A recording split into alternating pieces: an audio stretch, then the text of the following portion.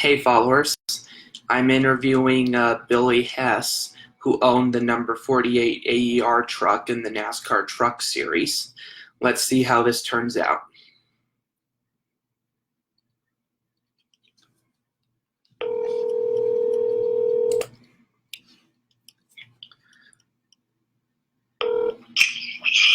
Yeah.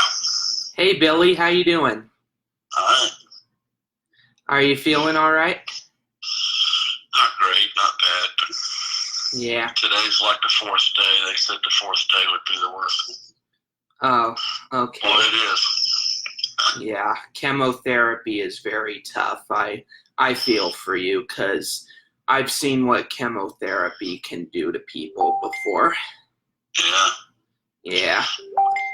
So, yeah, I have a list of 35 questions about your racing career. Hopefully you have the answer to them, but we'll see. Alright. All right. My first question is, where are you originally from? I'm originally from Miami, Florida. Ah. In particular, Hialeah, which is a suburb of Miami. Ah. I moved out of there in 1976 to go to work at Banjo's in North Carolina. Ah, okay. Yeah, I'm originally from Estes Park, Colorado. Ever been there? No. Yeah, it's pretty much the town that's the base of the Rocky Mountain National Park. Yeah, I mean, I've been out there a bunch, but we raced there at Southern National, or Colorado National a few times. Yeah. With the Truck Series, Yeah. So my next question after that is, what made you get into racing? Well, my father raced all my life. He just passed here last year, but he raced forever when I was a kid, Huh. And he did win a lot of races in South Florida. Yeah, that's really cool. Did he ever race at Homestead, Miami? Oh no, he was done long before that place was built. Ah, okay. All right. What does AER manufacturing stand for? The AER. On the Fellows truck? Yeah, Ron Fellows, yeah. I think it was American Engine Remanufacturing. And the guy that owned the stuff, Buzz McCall, he had AER too. His was American Equipment Racing. Oh yeah, and that spells the same thing if you have an acronym. Yeah, he sells train parts all over the world. Oh, okay. Like the third world countries and all that. But the AER that was on the Fellows truck is an engine rebuilding company in Dallas. It's in a suburb of Dallas. I think it's called Carrollton.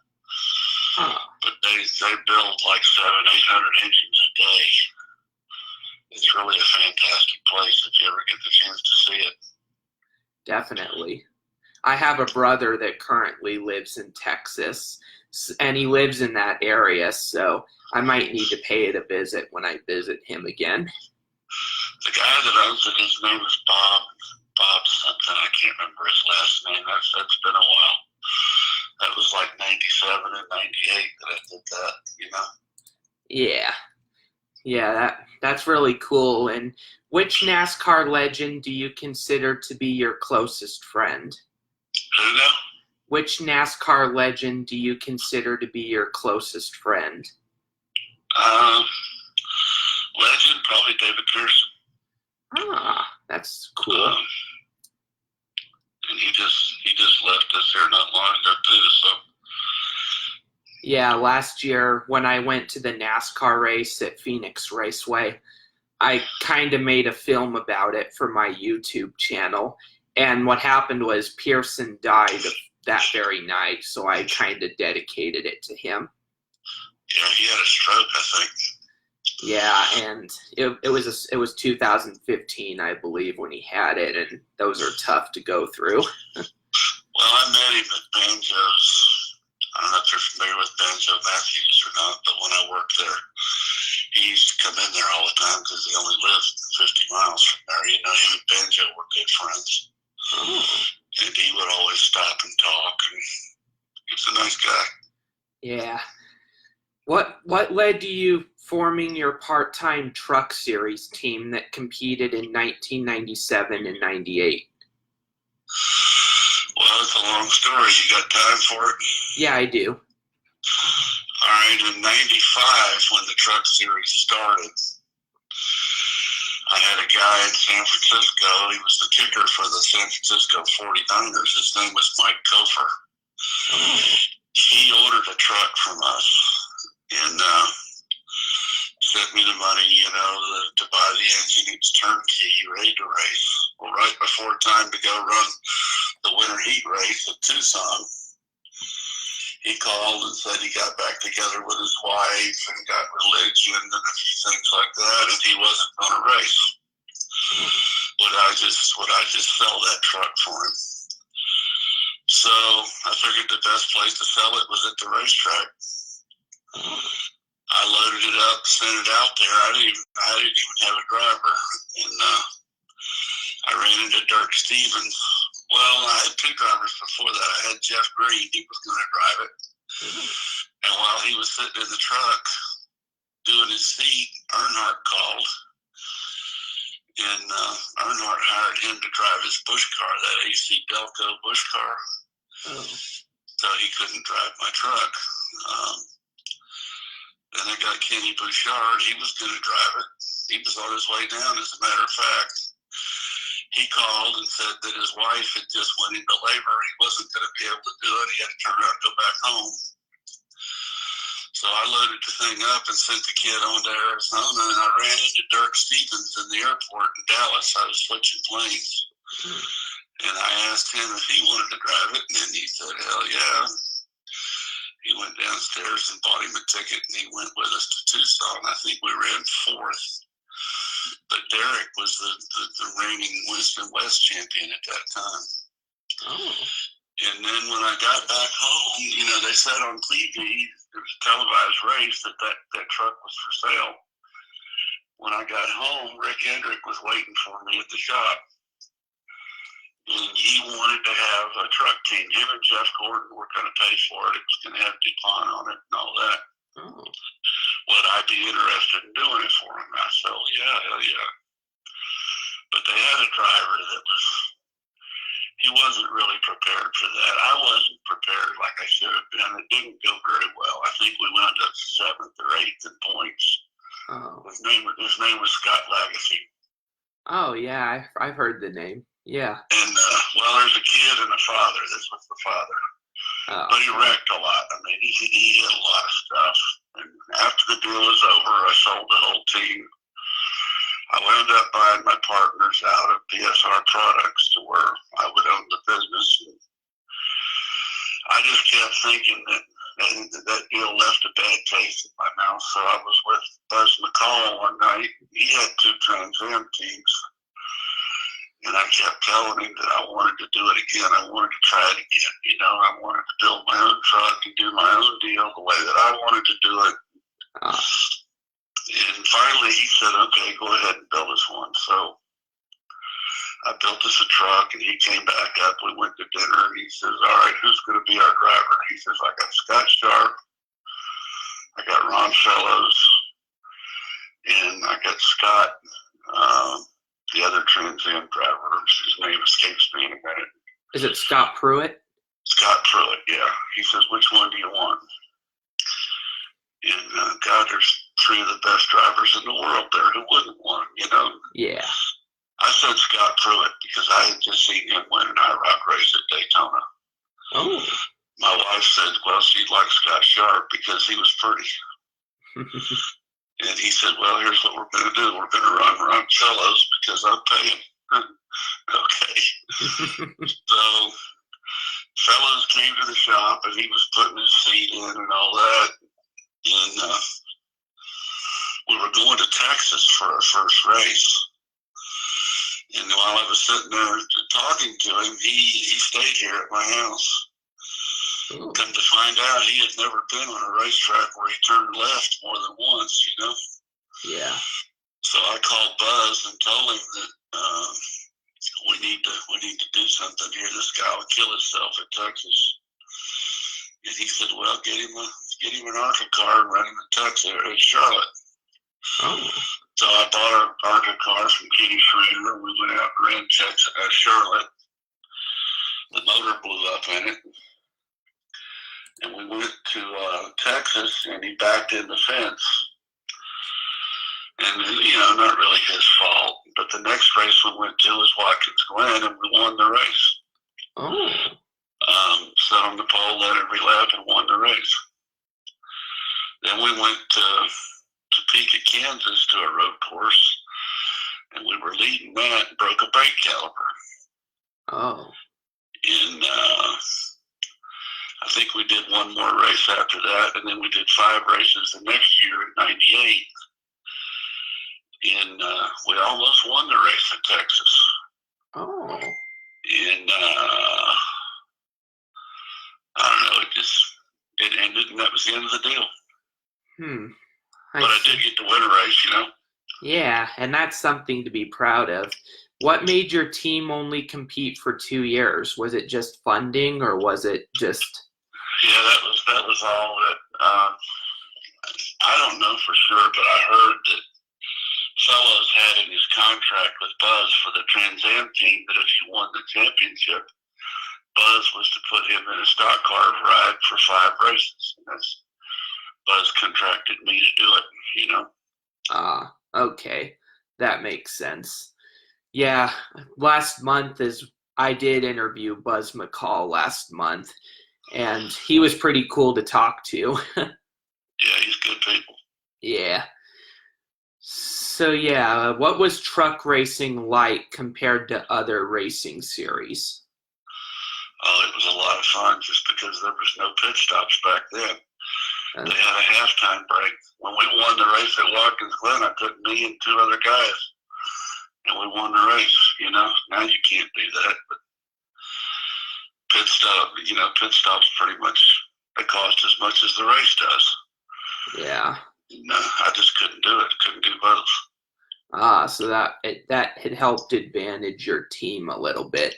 The fact that they didn't have pit stops back then. Yeah. What was your reaction to winning your first truck race with Ron Fellows? It was pretty good. I had won races before with other drivers. I mean, the only one I didn't win with that drove for me was Bill Elliott. Oh. And but we ran real good. We ran 4th at Charlotte. We led some races, just didn't win. But I've usually won with whoever I've raced with, Oh, that's pretty cool, man. And not every team owner can say they've done that, Yeah. What was Ron Fellows' first statement after winning that race? Oh, he went berserk. Nobody had ever heard of him, because not many people followed Trans Am races. Nobody had ever brought in a ringer other than back in the Riverside days when they had Dan Gurney and Parnelli and people like that. The last few times, nobody brought in a road race ringer. Now everybody does it, after Fellows won like that. Yeah. The only other Canadian to win a NASCAR race was a guy named Earl Ross, and he won it at Martinsville, Yeah, and I've heard of that too. Yeah, Earl Ross was probably one of the best Canadian drivers at the time before Fellows came on the scene. Yeah. The first time that I recall the road ringers not only being prominent at the road courses, but also a threat to win would have to be Sonoma in 2001, because they were in very competitive cars, and Ron Fellows almost won the Cup race that year at Sonoma. Yeah, Robbie Gordon did win a race, I think. Yeah, and that was at Loudon, I believe. No, I think Robbie won a race at Sonoma too. I'm not sure though. Yeah, he did win Sonoma, but it was 2003, I believe. So yeah. Did your team have any alliances with American Equipment Racing led by Buzz McCall? No. Okay. his Trans Am guys came to the racetrack and helped us a little bit. 99, we started Buzz's Bush program for his Bush cars, and we ran Jack Baldwin some races without any real success. But I mean, we were top 10, but we didn't never threaten to win, you know. Okay. Which manufacturer supported your team? Chevrolet. Chevrolet.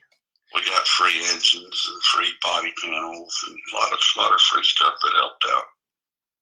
Huh, pretty cool. The engines came through K-Tech. They weren't great, but they were acceptable, you know. Okay.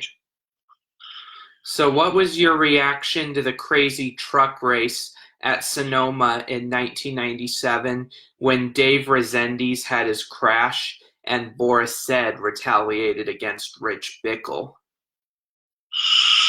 At Sonoma, I don't really remember. When you're there racing, you kind of get tunnel vision to your own car, and you don't worry about everybody else. You know, I don't pay any attention to what they were doing. It's hard enough worrying about my own stuff. You know. Yeah, that makes sense. And what was Ron's reaction to finishing 7th at Texas Motor Speedway compared to his road course results? Well, he was leading late, and he was getting kind of froggy, and he went around some lap cars up high, and he got in the loose stuff, and he spun out. Or he very could have won the race. I mean, he had a half straightaway lead with a few laps to go. Yeah. That's kind of tough because, you know, that would have been big if a road course ringer, you know, won an oval track. It would have changed his whole career. Yeah, that too. And it almost happened with Boris Said at Daytona in 2006 because Boris almost won in his own car at Daytona, and that would have been even big. Yeah, we were good friends with all the road racers. Boris Said and Dorsey Schrader. There was like a group of them that ran together all the time, you know. Yeah, that's really cool. They really supported fellows, you know. Yeah. What was truck legend Joe Ruttman like? Really nice guy. I really liked him. Yeah, he's the brother of Troy. He was just born a little too early. What do you mean by that? Well, he just got old.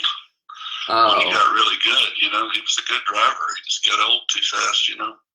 Oh, I see. I see now. All right. What was racing at Pikes Peak like? We didn't do good there. We had some problems with the truck that I never could figure out. We went there because AER had a plant there. The sponsor wanted us there, but I just never did get a handle on the racetrack, you know. Yeah, all right. It was a pretty tough place. Yeah. I'm one of the few people in my old school district in Colorado that can't say that I've been to Pikes Peak, even though I lived in the area. Yeah, it was a pretty decent place, but if I went back, I think I would know what to do. But while I was there, I didn't. Okay. Are you religious at all? If so, how has it impacted your career? Am I what now? Are you religious at all? And if so, how has it impacted your career? Oh, yeah. I believe in all that, but religion's tough to mix with racing. Yeah. There's so many things that aren't right to do that you have to do at the racetrack. And it's counterproductive to religion, you know. Yeah. Sometimes you got to fight. You know, sometimes you got to push and shove. Yeah. It's hard to live the straight and narrow, you know. Yeah, that is tough. And have you ever attended any Indianapolis 500s? Yeah, a few of them. That's pretty cool. The last one I went to was the last time they ran the real Indy cars. Bill Simpson has a suite coming off the second corner there in that motel looking thing. Oh. And I go there and I hang around there for probably 3 days. Yeah. You meet everybody. Everybody at the racetrack comes through there. I mean, I've got Chip Ganassi there, Danny Sullivan, Penske. I mean, all them guys. All them guys would come through there to see. Jim Williams would come there to see Simpson while they were there, you know. Oh, okay. Was the last one that you attended, are you referring to 1995 before the split? Yeah, I was thinking it was more like 93 or 4. I'm not sure, though. I don't remember. Yeah, 95 ended with Jacques Villeneuve Jr. winning the race, and 94, I believe, was Al Unser Jr., and that was the race that was kind of almost unfair because Penske brought an amazing engine that dominated the whole thing. Yeah, well, I was there on qualifying day and then carburetor day, but I didn't stay for the race. Ah, okay. Alrighty. And the next question after that is, was intentional wrecking common in NASCAR back in the 1980s or 90s? Oh, yeah. Oh, yeah. I quit racing in 1984, and it was a regular thing. Ah, okay. Alrighty. Really interesting to hear about that. And what was your reaction when Ron Fellows was able to win his first Busch Series win in 1998? Well, I set him up with Joe Nemechek, just because we weren't able to do everything that he wanted to do, you know? Ah, okay. And when we went out to Charlotte to run that ARCA race, the ARCA cars were qualifying about 28:20, 28:30, which was well up over 180 miles an hour. And we went out there to practice, and Fellows is out there putting around at 35 seconds, thinking that he was going to crash. So we came here to the house. We had a bottle of wine. We argued about it. He's telling me the car's a piece of shit. I'm telling him he don't know what he's doing. And I said, well, let's go back out there tomorrow and watch the Busch cars and see if we can see what you're doing wrong. And he said, I'm not doing nothing wrong. And I said, yeah, you are. Something is wrong. So we went out there, and during the lunch break, Joe Nemechek was one of my customers. Oh. And I asked Joe if he would put him in a rental car and ride around the racetrack with him. And he got out of the car and said he had a whole new perspective. We went back to race the ARCA race, and he qualified like 28:40, which was almost a 7-second pickup. You know what I mean? Yeah. And it was just some things that Nemechek taught him. Ooh. And if the engine hadn't blown up in that car, that was Chevrolet's very first SP2 engine. And it blew up into 1,000 little pieces, but he was going to win the race, I think. Interesting. It was an ARCA race. Ah, it was ARCA. Okay. Yeah. And what was your reaction when Ron Fellows drove for Dale Earnhardt's team at Sonoma and nearly pulled off the Cup Series win? Well, we built a Cup car for Nemechek, and he ran second in that to Jeff Gordon at Watkins Glen. Oh. So he was no stranger to that. He did run second at Watkins Glen one time. I think Jeff Gordon won the race, but I didn't. Earnhardt wasn't really in my circle of friends, so I didn't really see what was going on there, you know. Oh, okay. So yeah, just to cut to the basics, Ron qualified third at Sonoma, and it was in 2003, and he basically led 30 laps with like 20 to go, and he ended up losing because of a caution. Yeah. those can do it. He wasn't that good at Sonoma as he was at Watkins Glen, and he'll tell you that, you know. Yeah, and his better results were at the Glen because he almost always finished in the top 5 there. Yeah. Yeah. What have you done since departing from the truck series? Oh, I still run them every once in a while. I did a team for Stuart Friesen here a few years ago. Oh. We do consulting gigs, you know, where somebody wants to come in, we'll help them set up a team, get a few vehicles together, a few people, and then they usually go on and go from there, you know. Oh, okay. So how's life treating you now? Other than cancer, not bad. I retired 2 years ago. Okay. Closed the business and sold everything off and retired. Yeah. I've been in business 42 years. I just felt that was long enough. Yeah. I've been saying prayers every night for your healing. Well, I could use it. Feel really bad. Yeah. I can't imagine what going through cancer is like. That's a tough thing. Yeah, a lot of people doing it. Yeah. What was your reaction to NASCAR's return to the carousel track at Sonoma this year?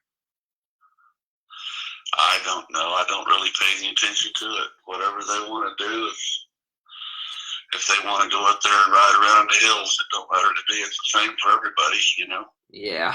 Alrighty. And what racing movie is your favorite between Talladega Nights and Days of Thunder? Not really either one. They're not very realistic. I like that movie Grand Prix, the Formula One race, you know. Oh, Grand Prix. That's a good one too. Yeah. And what classic film with race cars is one of your favorites, I should say then, between Chitty Chitty Bang Bang and The Love Bug? Oh shit, I don't know. I don't take those serious. Okay. When I was a kid, they filmed some races in South Florida there where we were at that were Elvis Presley movies that he raced in, but I never did pay much attention to them, you know. Okay. I deal in reality, not. Okay, so you're not one. Fantasy. Yeah, you're not a fan of fiction then. Alrighty. No. Alrighty. What is racing modifieds like compared to stock cars or trucks?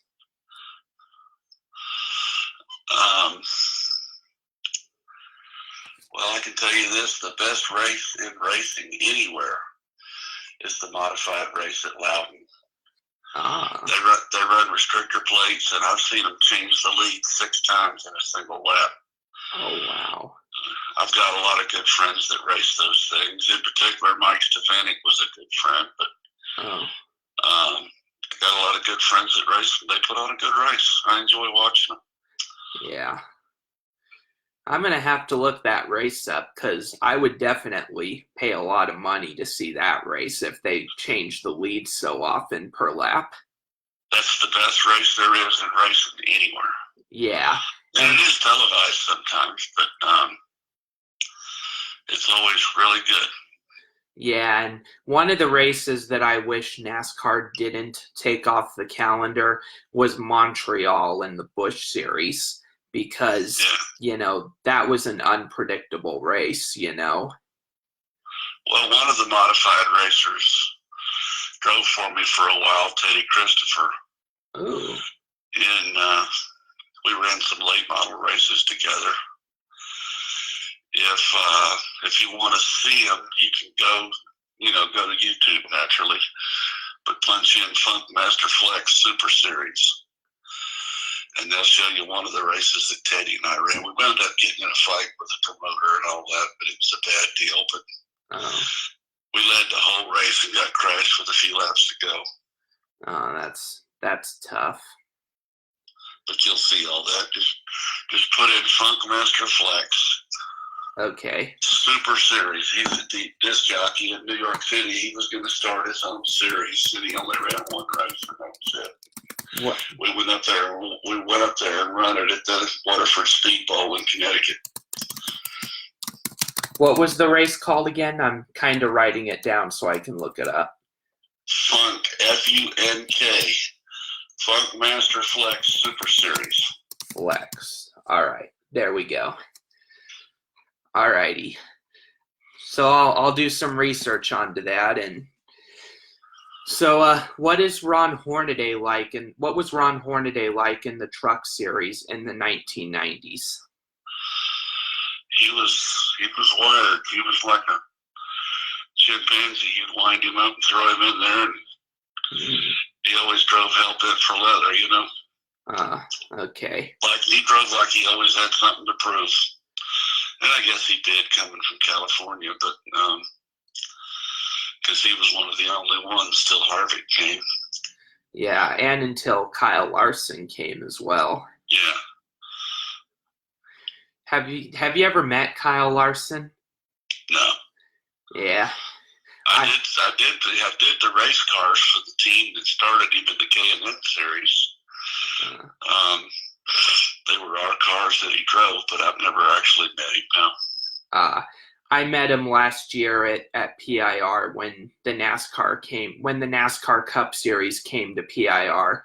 I happened to be on pit road kind of later before the race was about to begin, and I was on pit road at a time that I kind of wasn't supposed to be. And I'm very surprised that they even let me through based on how close it was, to the start. And I encountered him when he was in line for a Porta-John, and I asked for a photo. Yeah, he appears to be a good shoe. Yeah, and the photo turned out funny because not only did he have that smile on his face as if to say, I really got to go to the bathroom, but, it also had the Porta-John in it. And yeah, that's good stuff. So what NASCAR legends have you met other than David Pearson? Oh, just about all of them. I grew up with Bobby Allison and Donnie Allison in Miami, They raced down there.